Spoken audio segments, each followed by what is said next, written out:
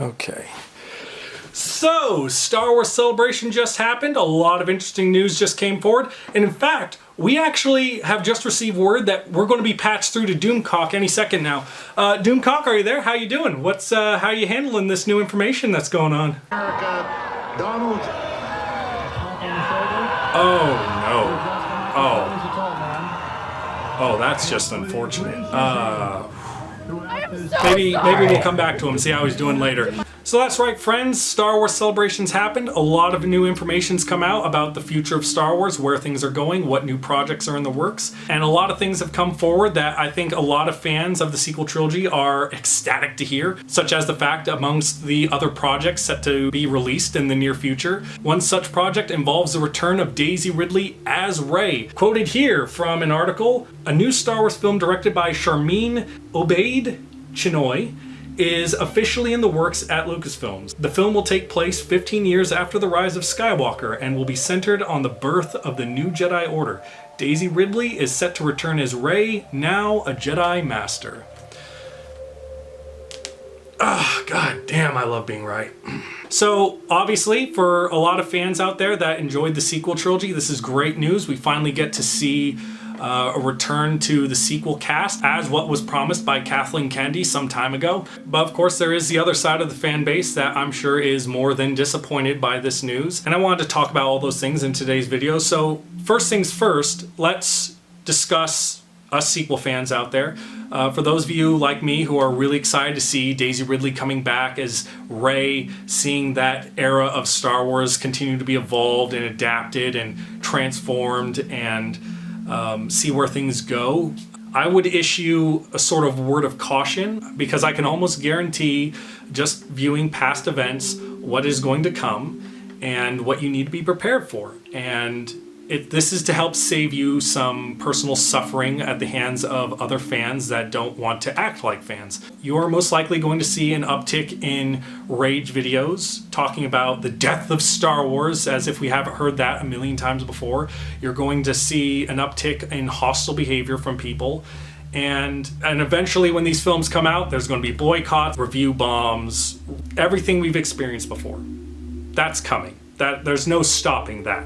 But what you need to do as a fan, because I've seen how other fans who've sort of gotten fed up with taking the crap from these particular people of the fan base, is you can't engage in their same behavior. You can't fight fire, you can't fight hatred with fire and hatred. You have to be the responsible ones, you have to be the reasonable ones, you have to be the ones grounded in reality. And it's specifically because of us not engaging in that kind of behavior that they have lost and we have won. This is why their boycotts have lost, their review bombs have lost, their insane rage bait videos have amounted to nothing. This is why these companies like Lucasfilm, Disney have chosen to side with us rather than cater to people that they cannot possibly make happy. So to become those people that behave the way they behave, that behave the way people of the fandom menace and their fans behave, it's not going to make things better. It's only going to make things worse. I would say for other content creators out there that share my point of view, or those who are thinking of making their own channels, the best thing that you can do is be the voice of reason. And if you see videos that are promoting this, promoting fictional, exaggerated, dramatized falsehoods revolving around these news stories, your job should be to shine light on what the reality is and accurately explain away the issues that these people have. And it's really not that hard. But you got to do it from a place of kindness and love for Star Wars, and not just to trash on the other side of the fence because you're sick of their bullshit. I know it's hard to do, and it's very difficult to control yourself when you're seeing people act poorly, to not act poorly yourself. If we behave no differently than them in our ways of dealing with their nonsense, we're virtually no different, and nothing changes for anybody. Nothing gets better for anybody. Nothing gets better for Star Wars.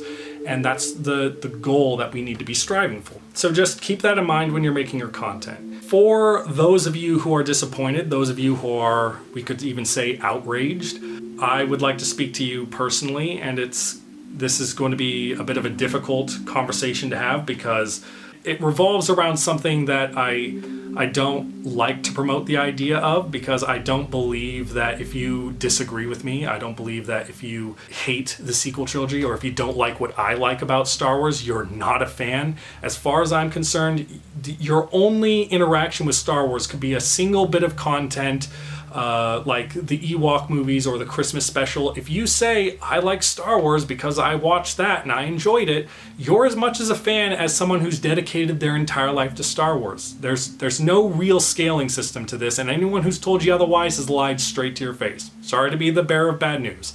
For those of you out there who are angry and upset towards Lucasfilm or Disney because they haven't decanonized the sequels, and they, with this latest bit of information, they've fully confirmed that that is not going to happen.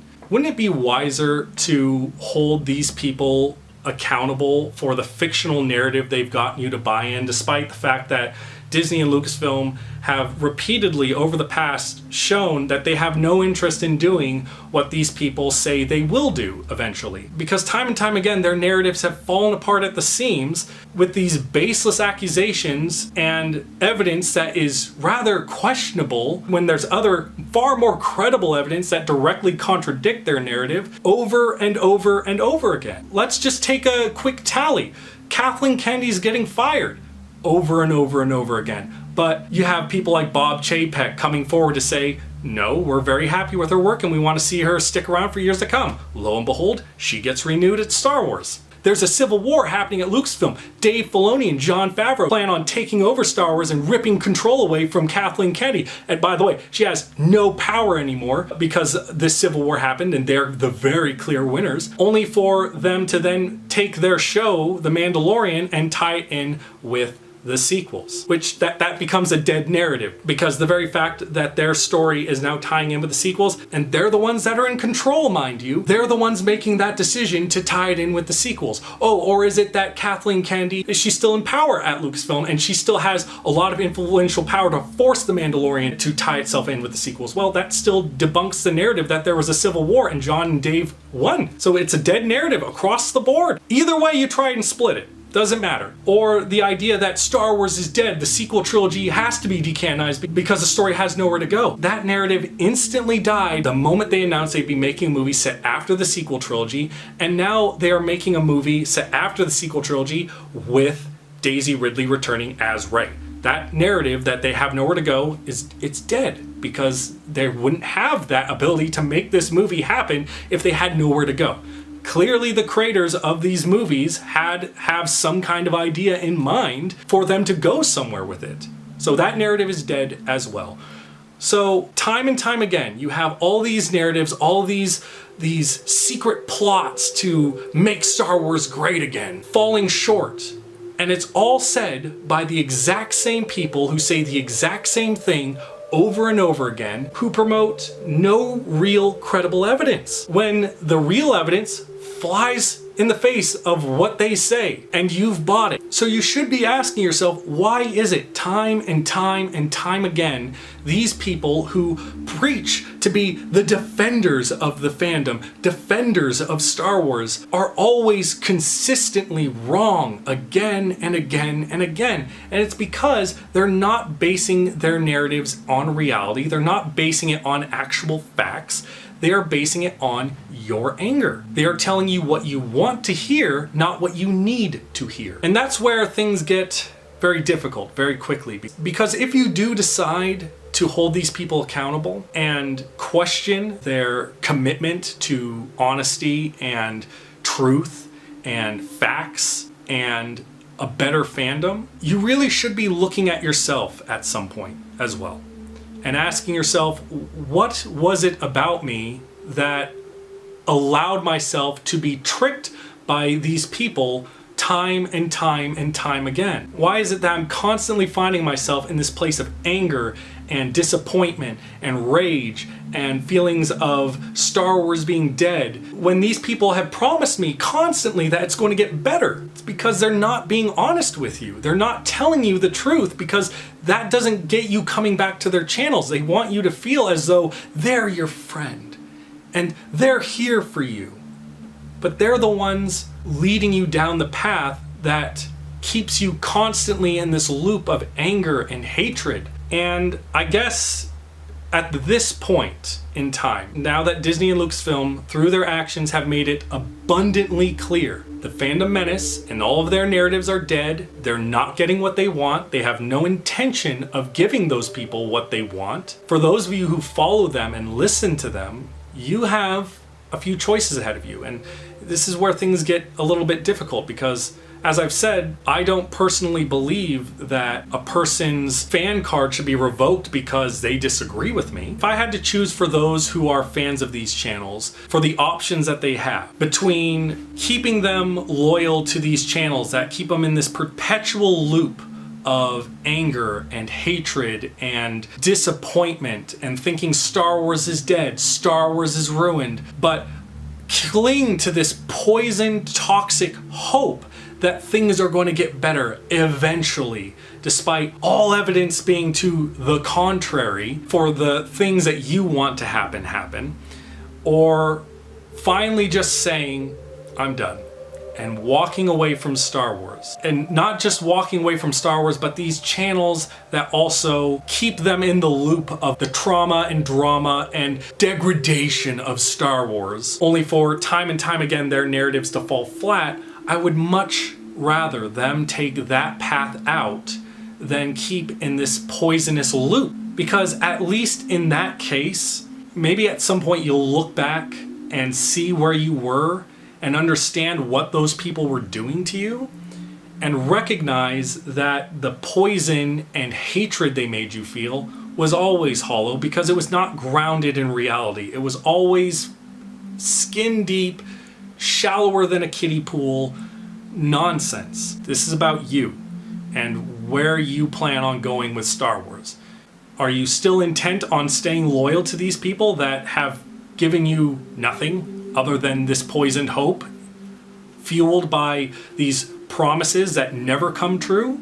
Or should maybe you consider just taking the walk? But if you decide to stick around and stay loyal to these channels that offer you nothing but anger and leave you with nothing but that anger and nothing productive to show for it, or if you think to yourself, well, I'm just going to throw a temper tantrum only to look around and see that nothing has changed yet again, despite every other temper tantrum thrown has yielded no real results to give you what you want. Maybe ask yourself why that's not working. Because maybe if you leave, maybe someday you'll look back on yourself. Maybe you'll then realize that the person that you were before, for those who selfishly engage in throwing a temper tantrum when they don't get what they want and try and ruin the experience for others because if I can't be happy, no one can. We have a word for people like that and they're called children. But a child that throws a temper tantrum when he doesn't get his way is also called a brat. And maybe that's why Disney and Lucasfilm have decided you're not worth catering to, because despite the people who make the Star Wars content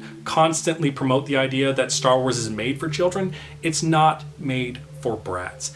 And especially not made for bullies.